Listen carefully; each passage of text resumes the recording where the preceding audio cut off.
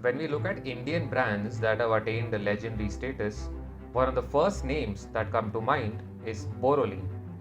Not only has it become a home remedy for many Indian households, it also commands a level of brand loyalty that most brands only dream of achieving, especially in India. When you go to the website borolin.com, you will find that GD Pharmaceutical, the company that makes Borolin, calls itself the Borolin people. This represents the level of commitment the company has towards its consumers and their interests, and how much pride they take in defining themselves by that one single brand. The website is filled with long and detailed testimonials of people whose families have been using Borolin for generations now, along with the photos of the numerous awards the company has received. So, how did GD Pharma, a company that focused on a single brand for most of its long history, manage to achieve this level of success? Let's find out.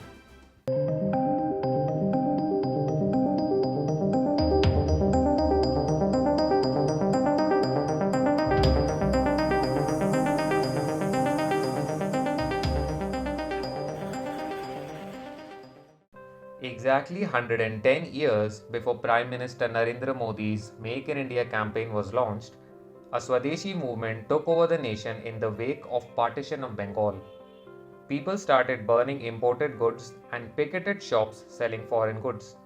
Countrymen swore to use goods that were made only in India, and many of them came forward to build a self reliant nation.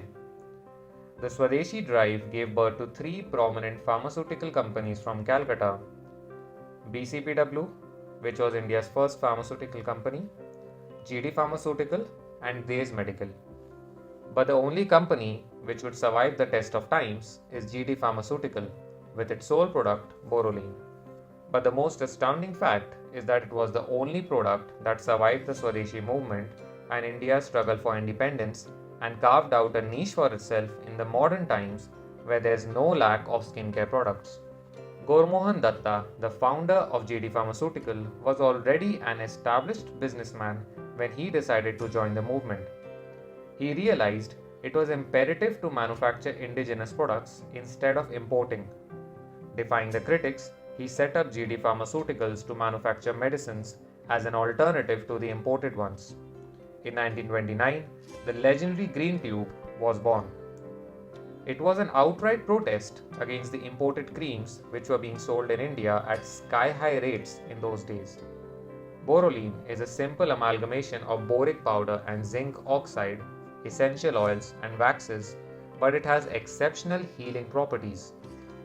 To celebrate India's independence from British rule, the company gave away 100,000 tubes of Borolene free on 15th August 1947.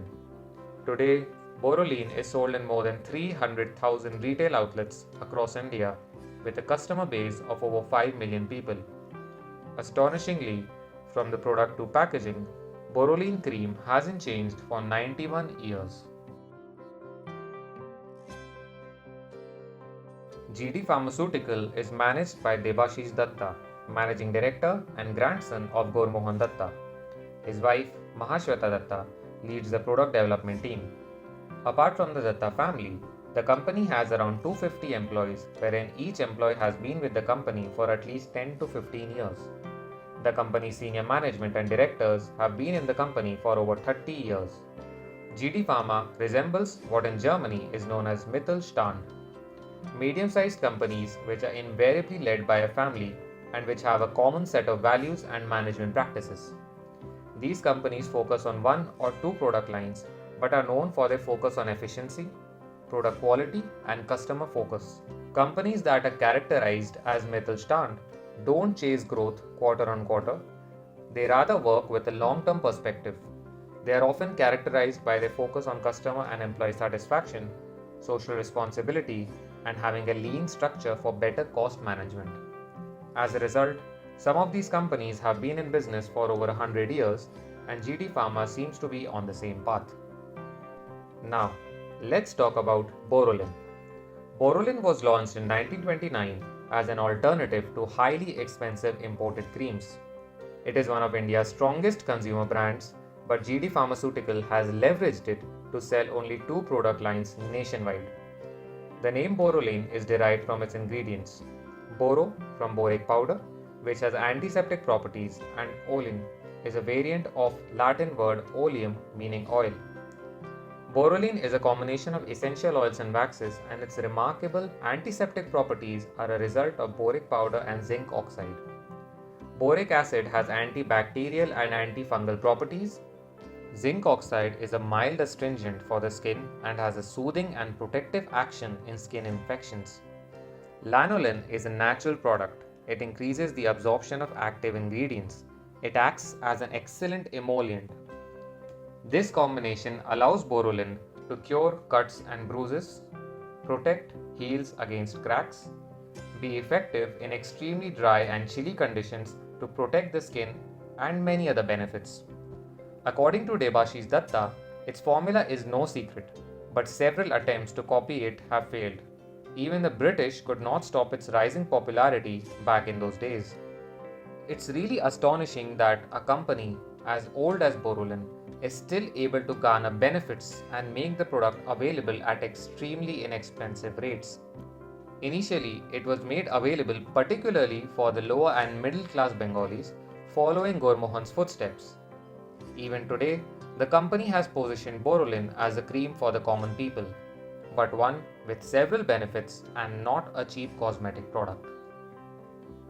As a brand, Borolene reflects the trust of generations of consumers. To three generations of Indian consumers, Borolene has evolved as a home remedy. Family values and traditions have continued to be an integral part of Borolene's brand profile. The logo was carefully chosen for. Elephant signifies steadiness and strength. Moreover, to many, elephant has an auspicious significance. Keeping these values in mind, elephant was chosen as Borolene's logo, hoping that it would bestow luck and spell success.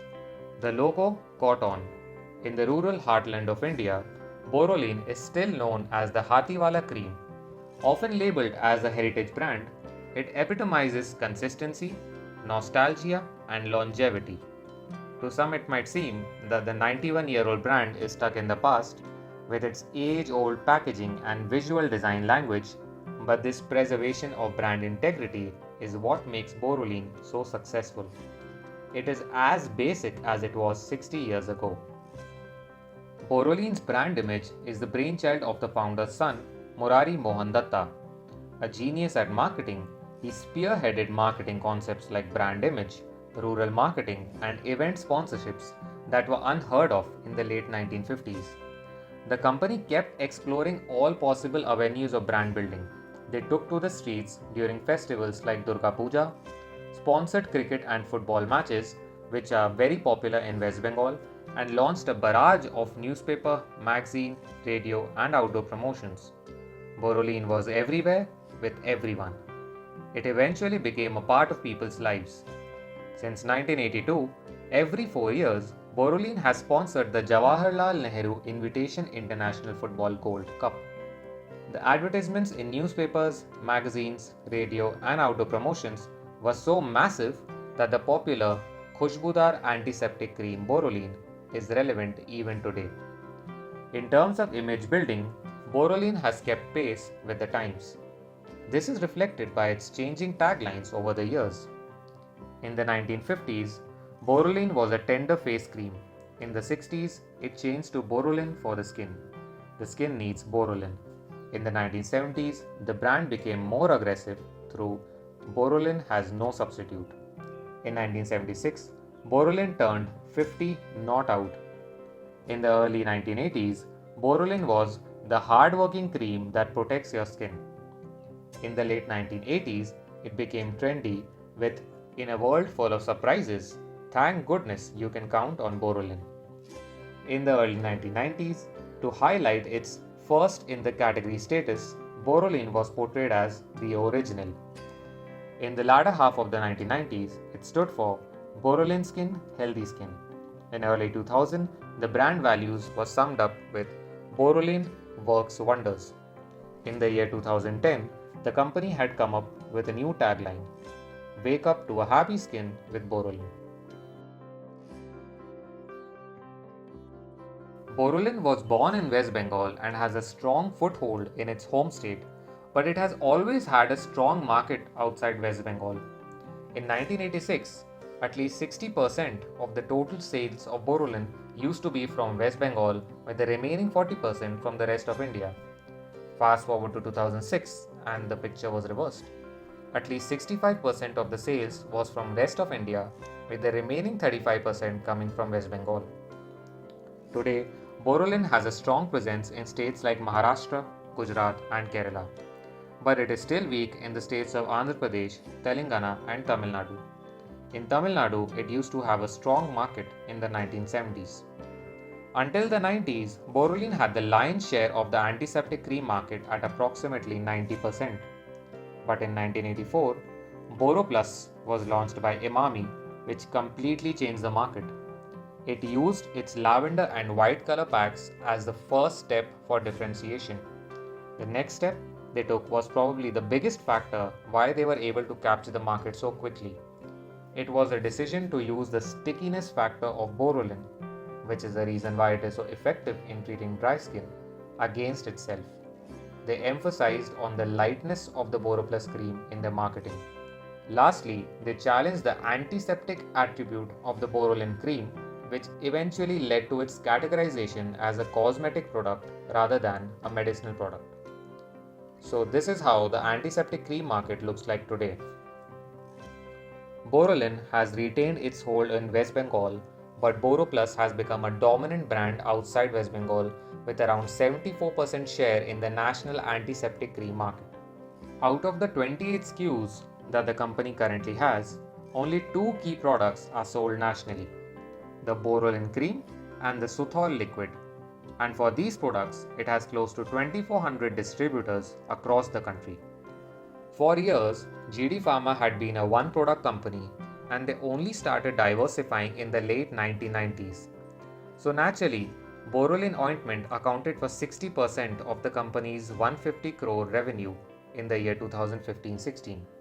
But Suthol, which was launched in 2003, has started gaining momentum and is contributing 30% of the total revenue. Suthol sales are growing 20% year on year, much faster than Borolin, which is growing at 8%. The company decided to market Suthol differently, as the space for multi-purpose antiseptic liquid was already captured by strong brands like Dettol and Savlon. They called it Suthol, an antiseptic skin liquid, and positioned it as a solution for heat rashes. Even though prickly heat powders were there in the market, there was no liquid, so sales took off immediately. Though Suthol had a wide array of uses, for example, you can splash it to ward off mosquitoes, its sales are seasonal and varies with how bad the summer is.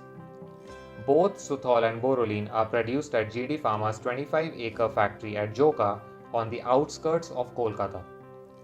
Since their sales are seasonal, the cream sells more during the winter and Suthol more during the summer. The same unit can easily balance the production of the two different product lines. The smaller Ghaziabad factory only produces the cream. So here's what worked for the company. Most of the company's suppliers are family-owned enterprises. A common trait between them and GD Pharma is the commitment to product consistency. The fact that Borolin has remained unchanged for so many decades in terms of product quality and consistency is the reason why it commands that level of brand loyalty.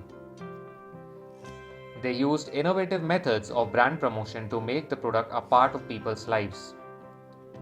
GD Pharma's employees and management have stood by the company for decades. GD Pharma is a debt-free company with a revenue of over 150 crores. GD Pharma will be looking at increasing their retail penetration. They will also be focusing on increasing their distribution across India, especially in the villages. Currently, their products are sold overseas through traders, but they want to do it themselves going forward. Additionally, they are planning to position themselves as a healthcare company by venturing into the field of homeopathy. If you found this video interesting, you can check out our channel for more stories on Indian companies and brands.